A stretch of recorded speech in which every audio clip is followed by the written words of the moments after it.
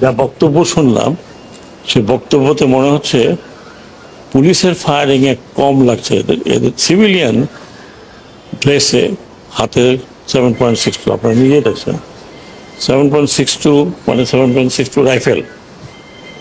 এখন ইনভেস্টিগেশন করার, massive investigation দরকার যে এরা কারা, কাদের হাতে এই রাইফেল, যেটা প্রহিবিটেড রাইফেল, কাদের হাতে এটা আসছে, এই এলাকাতে কে কারা দিচ্ছে। এখানে শটগানও আছে, এখানে আমি যে কজনের দেখলাম, আমাদের ডাক্তার সাহেব যেগুলো দেখালেন এগুলো পুরো বুলেট 7.62।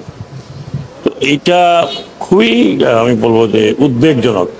একটা পুলিশের হাতে আছে, ইউনিফর্ম তার হাতে আছে, কিন্তু সিভিল ড্রেসে কারা আনসার এলাকাতে গিয়ে, তারা বাইরেও হয় নাই, তারা কিন্তু আনসার গেটের মধ্যে তাদেরকে এরকমভাবে ফায়ার করছে। আরও নাকি এখানে তো মাত্র 7-8 জন, আনসার যে হসপিটাল ফ্যাসিলিটি সেখানেও আছে। এটা খুবই মারাত্মক। মানে তার মানে হচ্ছে যে আমরা সিভিলিয়ানকে আর্ম করেছি।